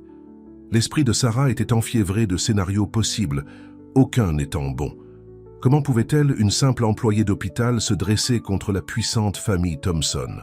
Lorsqu'elle arriva, l'hôpital était calme, la plupart des patients dormant. Elle se dirigea vers la chambre d'Ethan, soulagée de le trouver encore là, dormant par à-coups. Ses yeux s'ouvrirent à son entrée, instantanément alerte. « On a les dossiers », chuchota-t-elle, s'asseyant à côté de lui. « Et on a surpris Alexander et Olivia. Ils prévoient de te garder drogué dans ce nouvel établissement. » La colère brilla dans les yeux d'Ethan. Avec un effort visible, il râla. « Aide, moi, assis !» Sarah releva prudemment la tête du lit et soutint Ethan alors qu'il luttait pour s'asseoir. Sa force revenait lentement, trop lentement, pour leur crise actuelle. « Il arrive. Demain », réussit-il à dire. « Je sais, Jake emmène les dossiers à la SUC, mais cela n'arrivera pas avant demain matin. Nous devons empêcher le transfert. » Le front d'Ethan se fronça en concentration. « Martha, dit-il finalement, l'infirmière-chef, tu penses qu'elle peut t'aider ?» Il hocha la tête. Sarah réfléchit un instant. Martha avait été gentille avec elle, avait remarqué son dévouement envers Ethan. Peut-être qu'elle écouterait. Elle trouva Martha à la station des infirmières, examinant les dossiers pour le quart de nuit. « Martha, j'ai besoin de te parler, » dit Sarah avec urgence. « C'est à propos d'Ethan Thompson. » L'infirmière âgée leva les yeux, l'inquiétude dans les yeux. « Qu'est-ce qui ne va pas, ma chère ?» Sarah prit une profonde inspiration et raconta tout à Martha. Les projets d'Alexander, la conversation surentendue, le rétablissement d'Ethan étant plus important qu'il ne le laissait paraître.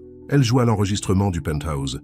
Martha écoute, ses comptes ont été gelés, son passeport signalé. Sarah s'appuya contre l'épaule d'Ethan, trouvant du réconfort dans sa présence. « Quand est-ce que ça va finir ?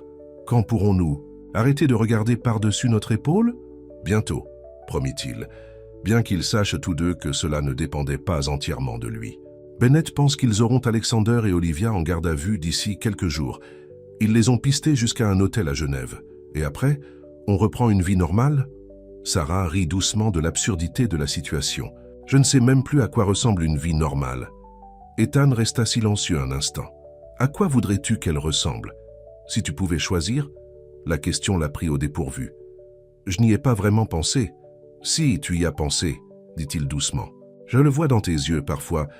Tu te demandes où tu te situes dans tout ça, ce qui se passera une fois la crise passée. » Sarah détourna le regard, mal à l'aise de la façon dont il pouvait la lire. « Ce n'est pas important pour le moment. C'est la seule chose qui compte. » Ethan ramena son visage vers lui. « Sarah, quand tout ça sera terminé, quand le danger sera passé et que l'entreprise sera stable, que veux-tu ? » « Je veux... » hésita-t-elle, craignant d'exprimer ses espoirs les plus profonds. « Je ne veux pas être juste un chapitre dans ton histoire de rétablissement. Pas la femme de ménage qui a aidé le milliardaire lorsqu'il était au plus bas, pour disparaître ensuite lorsqu'il n'a plus besoin d'elle. » L'expression d'Ethan s'adoucit. « C'est ce que tu penses qui va arriver ?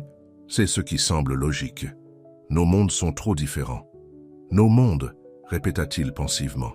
« Dis-moi quelque chose.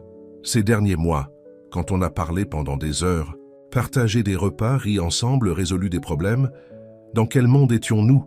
Dans le mien ou dans le tien ? » Sarah réfléchit à la question. « Aucun des deux, ou peut-être les deux. » « Exactement. On a créé notre propre monde. » Il prit ses mains dans les siennes. « Je ne veux pas retourner à ma vieille vie, Sarah. Cette vie m'a conduit à des fiançailles sans amour et à un frère qui a essayé de me tuer pour de l'argent.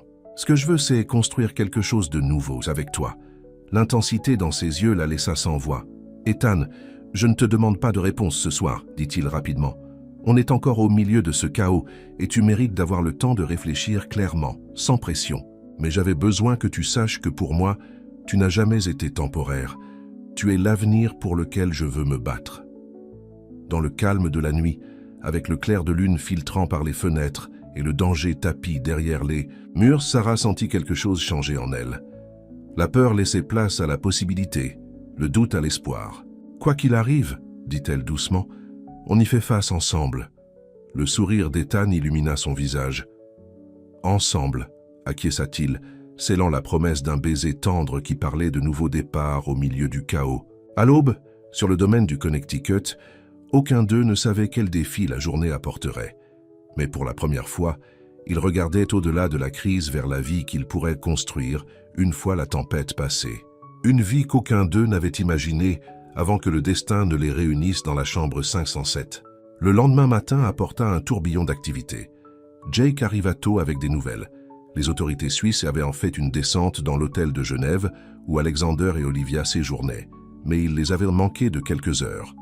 Cependant, ils étaient partis si précipitamment qu'ils avaient abandonné des preuves importantes, y compris l'ordinateur portable d'Olivia contenant des emails documentant toute la conspiration. « Le filet se resserre », dit Jake avec confiance. « Ils ne peuvent pas fuir éternellement. » Bennett de la SE s'appela peu après pour faire le point sur Michael Davis. Il a essayé d'embarquer dans un avion privé pour le Venezuela tard hier soir. Des agents du FBI l'ont arrêté sur la piste. Il parle déjà, essayant de négocier un marché. Est-ce qu'il dénonce? Alexander et Olivia? Demanda Ethan. Mieux que ça, il a avoué avoir planifié ton accident. Apparemment, c'était initialement l'idée d'Olivia, mais Alexander a peaufiné le plan. Ils ont engagé quelqu'un pour lâcher. Un chien sur ce virage précis, sachant que tu roulais toujours trop vite là-bas. La confirmation de ce qu'ils avaient suspecté envoya un frisson dans la pièce. Sarah serra la main d'Ethan fermement tandis que Bennett continuait. « Nous avons besoin que vous veniez tous les deux pour faire des déclarations officielles. Avec les aveux de Michael et les preuves en provenance de Suisse, nous construisons un dossier béton. » Ethan regarda Sarah, l'inquiétude dans les yeux. « Est-ce sûr? Nous aurons une sécurité complète, » le rassura Bennett. « Il est important d'agir vite tant que nous avons de l'élan. » Ils acceptèrent de se rendre au bâtiment fédéral de Manhattan cet après-midi-là. Alors qu'ils se préparaient à quitter la maison sûre, Sarah se sentit étrangement pensive, rassemblant les quelques affaires qu'elle avait apportées avec elle. « Une pensée vous occupe ?» demanda Ethan, la trouvant fixant la fenêtre. « Je pensais juste à la rapidité avec laquelle la vie peut changer. » répondit-elle. « Il y a 6 mois, je vivais ma vie simple et ordinaire. Maintenant, je vais témoigner dans une enquête fédérale impliquant une tentative de meurtre et de l'espionnage industriel. » Ethan se rapprocha, l'enlaçant par derrière. « Vous regrettez d'avoir parlé à l'homme inconscient de la chambre 507 ?» Elle s'appuya contre lui, trouvant du réconfort dans sa force. « Jamais, bien que je pourrais regretter de ne pas avoir facturé mes services de lecture à l'heure. » Il rit, l'embrassant sur le sommet de la tête. « Je suis sûr que le tarif pour sauver la vie de quelqu'un, son entreprise et sa santé mentale est assez élevé. Je demanderai à la comptabilité de faire les calculs. » Le trajet vers Manhattan fut tendu, leur SUV coincé entre 2 véhicules identiques, remplis d'agents fédéraux. Les toits de la ville apparurent au loin, familiers mais étrangement transformés aux yeux de Sarah. Tout semblait différent maintenant qu'elle avait vu derrière la façade scintillante de la richesse et du pouvoir. Au bâtiment fédéral, ils furent escortés par une entrée privée pour éviter les médias qui s'étaient rassemblés à l'extérieur. L'affaire était devenue une sensation nationale, les chaînes économiques la couvrant en continu et les tabloïds spéculant sauvagement sur le triangle amoureux entre Ethan, Olivia et la mystérieuse employée de l'hôpital, Sarah.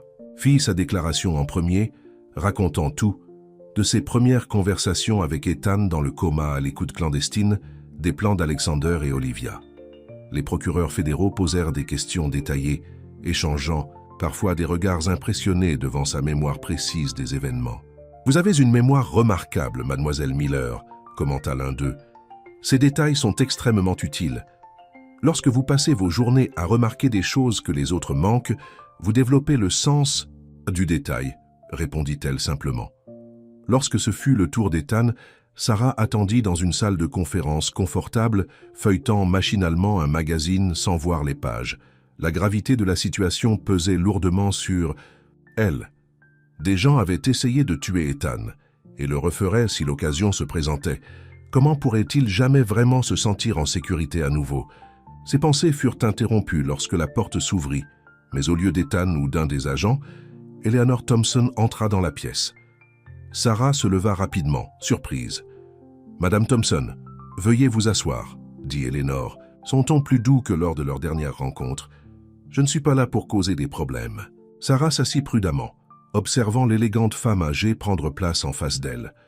Aujourd'hui, Eleanor ressemblait moins à la parfaite matrone de la société et plus à une mère inquiète, son visage montrant les efforts des dernières semaines. « Je vous dois des excuses, mademoiselle Miller, » dit Eleanor directement. « J'ai mal jugé vos intentions envers mon fils. » Étonnée par ces mots inattendus, Sarah resta silencieuse tandis qu'Eleanor continuait. « Lorsque j'ai entendu parler de vous pour la première fois, j'ai supposé le pire, que vous profitiez de l'état vulnérable d'Ethan, cherchant peut-être un gain financier ou la notoriété. » Sarah se raidit. « Je n'ai jamais... » Eleanor leva une main. « S'il vous plaît, laissez-moi finir. Je me suis trompée.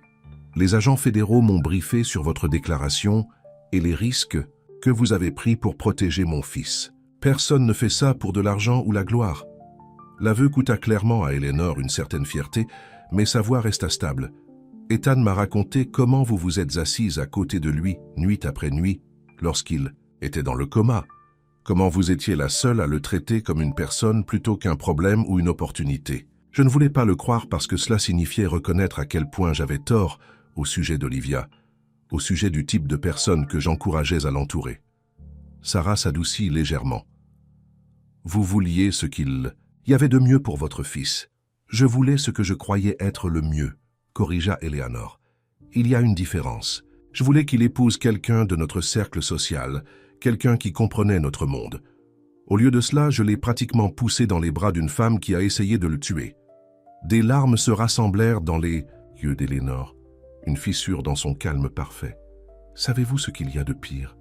Je n'ai même jamais aimé Olivia. Je pensais qu'elle était froide, mais j'ai passé outre parce qu'elle venait de la bonne famille, allait dans les bonnes écoles. Quel genre de mère cela fait-il de moi? » La vulnérabilité brute surprit Sarah. Elle tendit la main par-dessus la table et, après un moment d'hésitation, posa sa main sur celle d'Eleanor. « Une mère humaine. Nous faisons tous des erreurs. » Eleanor regarda leurs mains puis le visage de Sarah. « Ethan vous aime. Il ne l'a peut-être pas encore dit. Il a toujours été prudent avec son cœur. Mais je connais mon fils. Je ne l'ai jamais vu regarder qui que ce soit comme il vous regarde. » Ces mots provoquèrent un battement de cœur chez Sarah. « Notre relation est compliquée. L'amour l'est toujours, » dit Eleanor avec une chaleur inattendue, surtout lorsqu'il franchit les frontières que nous pensons nous définir.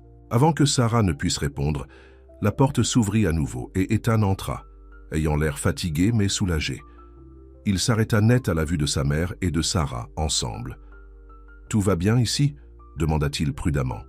Eleanor se leva, lissant sa jupe avec une grâce habituelle. « Parfaitement bien. Mademoiselle Miller et moi faisions juste connaissance. » Elle embrassa son fils sur la joue. « Je vais vous laisser seul. La voiture m'attend pour me ramener à l'hôtel. » En arrivant à la porte, elle se retourna. « Sarah, j'espère que nous aurons l'occasion de discuter plus en détail bientôt. Peut-être un dîner, une fois cette affaire juridique réglée. » Après son départ, Ethan regarda Sarah avec étonnement. « Que vient-il de se passer? Ma mère a réellement utilisé votre prénom. » Sarah sourit, assimilant encore la conversation elle-même. « Je crois qu'elle essaie de faire la paix. »« Les miracles ne cessent jamais, » dit-il en secouant la tête. « Comment s'est passée votre déclaration? »« Bien. La vôtre? » ?»« Pénible mais productive. Ils pensent avoir assez de preuves maintenant pour inculper Alexander et Olivia de tentative de meurtre, en plus des accusations de fraude et d'espionnage industriel. » Il s'assit lourdement sur la chaise qu'Eleanor avait quittée, la fatigue apparente dans ses mouvements. Malgré ses progrès, il était encore en convalescence, et la journée avait eu son effet. Bennett dit qu'on peut retourner à la maison sûre maintenant. Ils nous contacteront lorsqu'il y aura des développements. Sarah étudia son visage, remarquant les cernes sous ses yeux et la tension dans ses épaules. « Ce dont vous avez besoin, c'est du repos. Un vrai repos, pas seulement de la kinésithérapie et des réunions juridiques. Ce dont j'ai besoin, dit-il, la regardant avec une intensité soudaine. c'est que tout ça se termine. J'ai besoin d'arrêter d'être une victime, un numéro de dossier, un projet de rétablissement. J'ai besoin de recommencer à vivre. Vraiment vivre. Le désir dans sa voix toucha quelque chose de profond chez Sarah. Malgré tous ses privilèges et sa richesse, Ethan Thompson avait été privé du droit humain le plus fondamental, la liberté de vivre sans crainte. On y arrivera, promit-elle, un jour à la fois. Alors qu'il se préparait à quitter le bâtiment fédéral, le téléphone de Sarah sonna avec un SMS de Martha. Allumez les infos. Maintenant. Confuse, Sarah demanda à un des agents s'il pouvait avoir une télévision. Ils furent rapidement escortés dans une pièce où un grand écran montrait un bulletin d'information en direct. Le titre les figea tous les deux. Sur place, Alexander Thompson et Olivia Rothschild arrêtés au Brésil.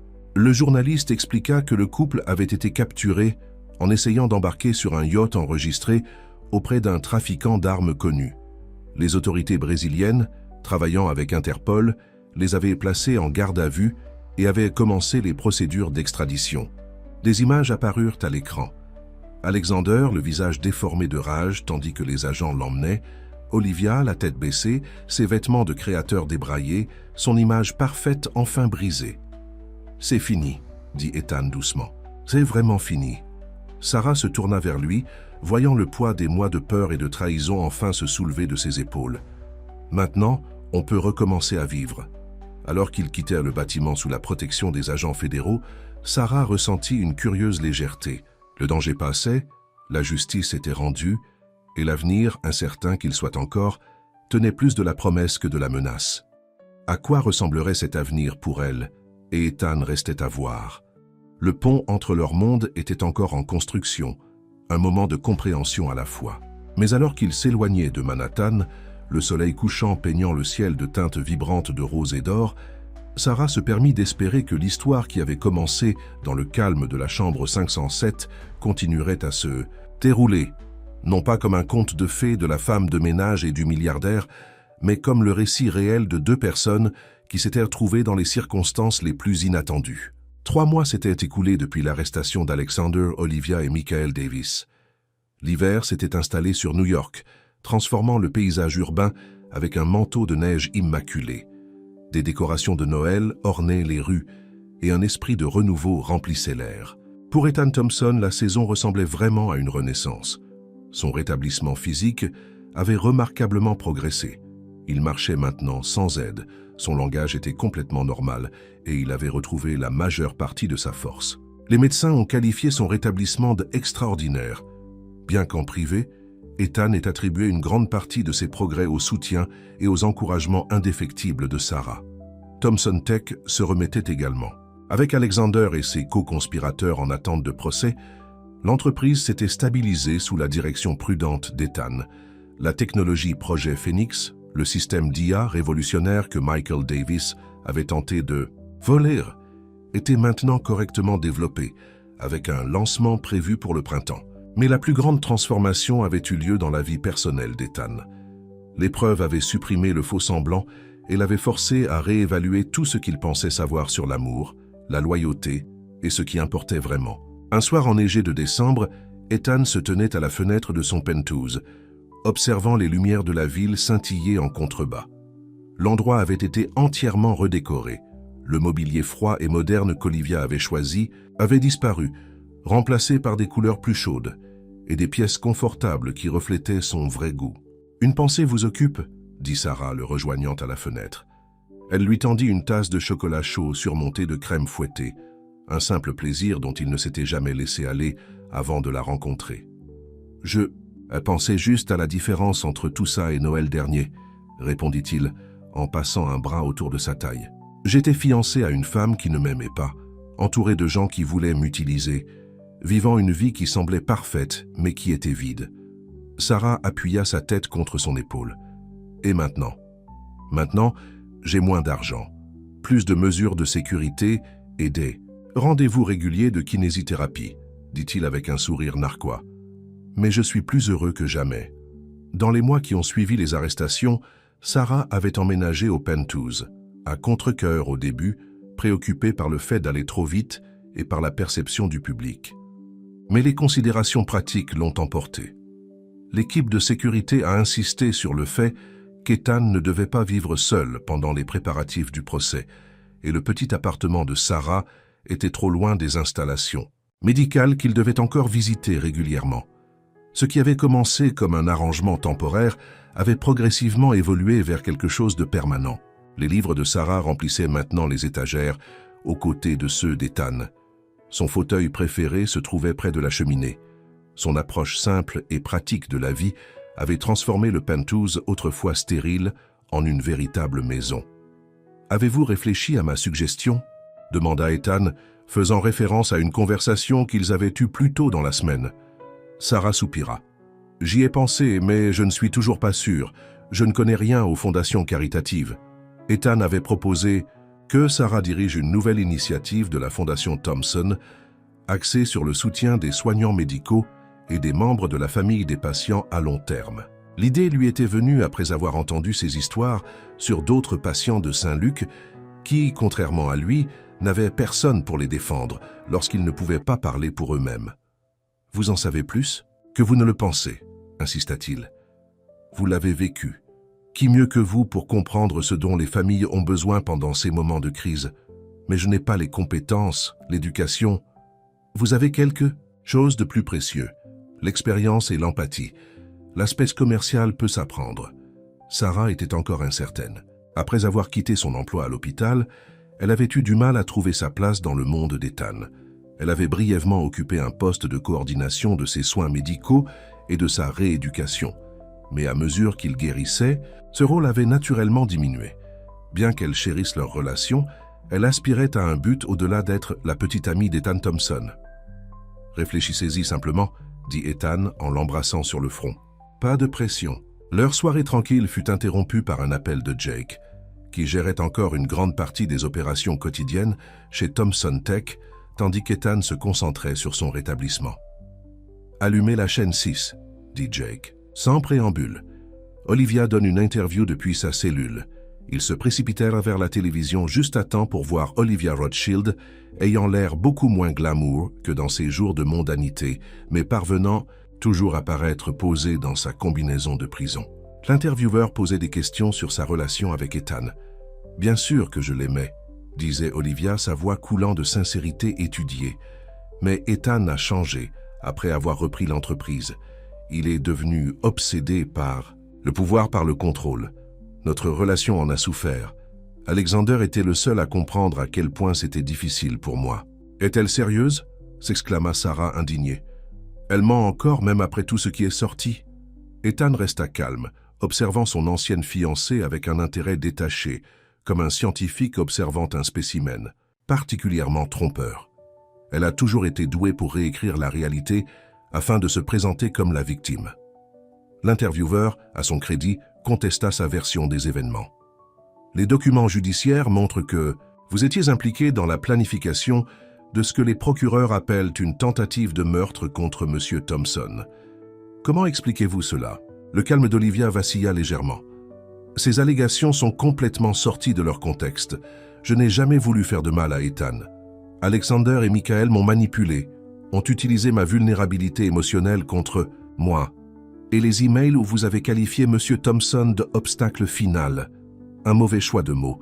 Je voulais dire qu'il était un obstacle à notre bonheur, parce qu'il ne voulait pas laisser tomber la relation qui était clairement terminée. Ethan éteignit la télévision, secouant la tête. Certaines personnes ne changent jamais. « Est-ce que ça vous dérange ?» demanda Sarah avec précaution. « L'entendre vous mentir comme ça, honnêtement ?» « Non. » Il se tourna vers elle. Il fut un temps où l'opinion d'Olivia à mon sujet comptait, lorsque je mesurais ma valeur à travers ses yeux et ceux de gens comme elle. Mais ce temps est révolu. Il rapprocha Sarah, ses yeux intenses. La seule personne dont l'opinion m'importe maintenant est juste devant moi. Sarah sentit son cœur se gonfler d'amour pour cet homme qui avait parcouru un si long et difficile chemin depuis le patient inconscient qu'elle avait rencontré pour la première fois. « Eh bien, mon opinion est que vous êtes plutôt merveilleux, même si vous avez des idées ridicules sur ma gestion d'une fondation. » Ethan rit, le son chaud et authentique. « Nous reviendrons sur ce sujet plus tard. Pour l'instant, nous avons une réservation au petit restaurant italien que vous aimez. Alors qu'il se préparait à partir, Jake appela à nouveau. « Juste un petit avertissement. Les médias ont eu vent de vos plans de dîner. Il y a des photographes qui surveillent le restaurant. » Depuis les arrestations et la révélation du complot de meurtre, l'intérêt du public pour Ethan Thompson s'était intensifié. L'histoire avait tout. La richesse, la trahison, une tentative de meurtre et la romance.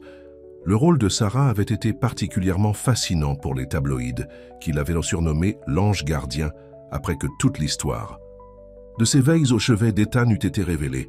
« On pourrait commander à emporter », suggéra Sarah, hésitant à affronter les caméras. Si Ethan avait vécu avec l'attention du public toute sa vie, elle la trouvait encore inconfortable. « Non, dit fermement Ethan, on ne se cache pas, c'est notre vie, et je ne laisserai pas quelques photographes dicter comment nous la vivons. » Lorsqu'ils arrivèrent au restaurant, le flash des appareils photo les accueillit comme prévu. Ethan guida Sarah à l'intérieur avec un bras protecteur autour de sa taille, ignorant les questions criées des reporters. Le propriétaire du restaurant, un vieil Italien nommé Giuseppe, les accueillit chaleureusement et les conduisit à une table isolée dans un coin. « Je tiens les vautours à distance, monsieur Thompson, » promit-il avec un clin d'œil. « Vous et votre dame apprécierez un dîner paisible. » À la lumière des bougies et grâce à d'excellents pâtes, ils réussirent à oublier le monde extérieur pendant un moment. Ethan s'émerveilla, non pas pour la première fois, de la facilité avec laquelle il était avec Sarah. Contrairement au rendez-vous orchestré avec Olivia, qui semblait toujours être des spectacles pour un public invisible, le temps passé avec Sarah était authentique, parfois chaotique, parfois difficile, mais toujours réel. « Quoi ?» demanda Sarah, remarquant son regard pensif. « Je pensais juste à quel point j'ai de la chance que ce chien ait couru sur la route ce jour-là. » Elle haussa un sourcil. « Vous avez de la chance d'avoir failli mourir. J'ai de la chance que quelque chose ait perturbé le chemin que je prenais, » précisa-t-il. « Je me dirigeais vers une vie qui semblait réussie, mais qui aurait été vide. Parfois, il faut une catastrophe pour nous rediriger vers l'endroit où nous devons être. C'est une perspective assez philosophique sur un traumatisme crânien, le taquina-t-elle. J'ai eu beaucoup de temps pour réfléchir pendant que j'apprenais à marcher à nouveau, répondit-il avec un sourire. Et j'ai décidé que lorsque je serai complètement rétabli, je ne perdrai plus de temps à prétendre être la personne que les autres attendèrent de moi. » L'intensité de son regard fit battre le cœur de Sarah plus vite. Avant qu'elle ne puisse répondre, Giuseppe apparut avec une bouteille de champagne. « Feu faire par la maison, » annonça-t-il fièrement, « pour célébrer. »« Nous ne célébrons rien de particulier ce soir, Giuseppe, » dit Ethan. « Juste un dîner. » Le vieil homme sourit mystérieusement. « Chaque soir est une célébration quand on est avec la bonne personne, non ?»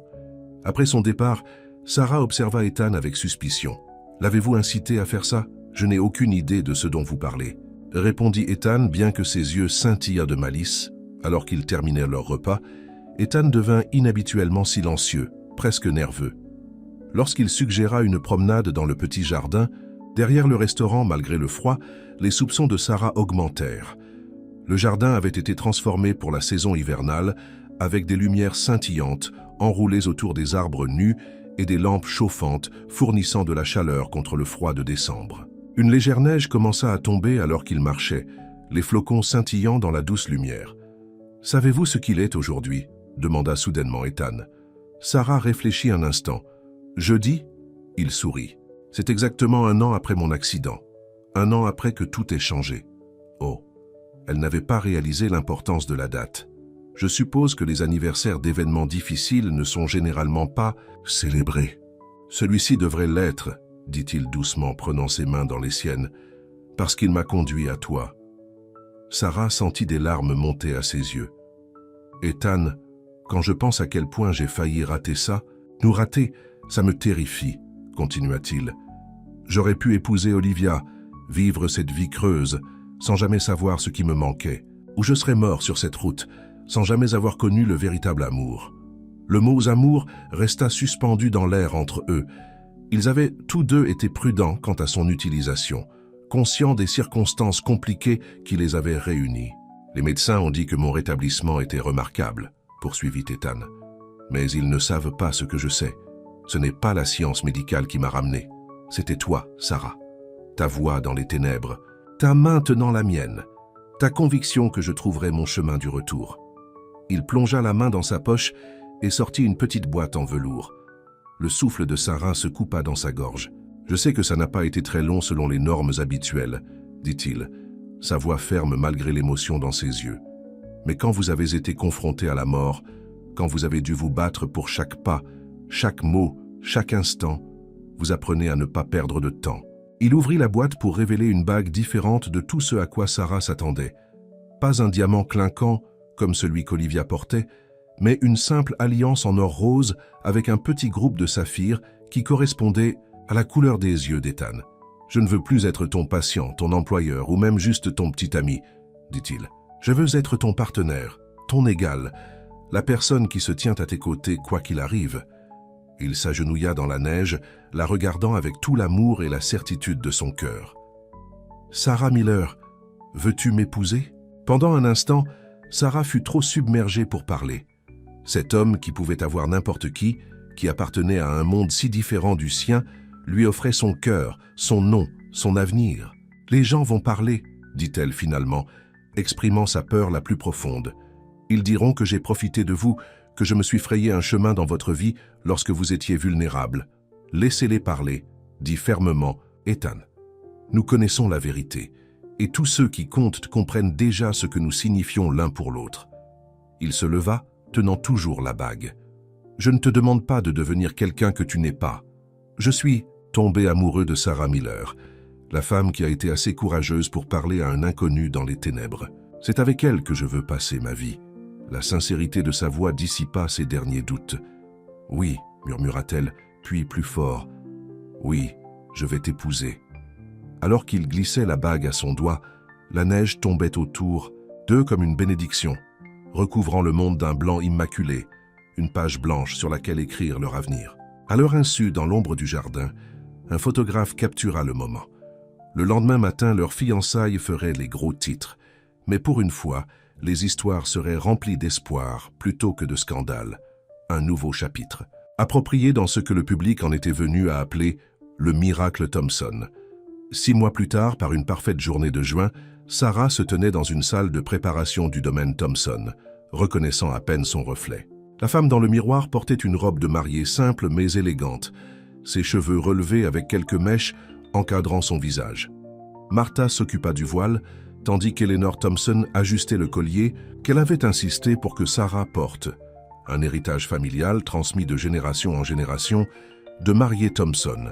« Quelque chose d'emprunté, » dit Eleanor avec une sentimentalité inhabituelle.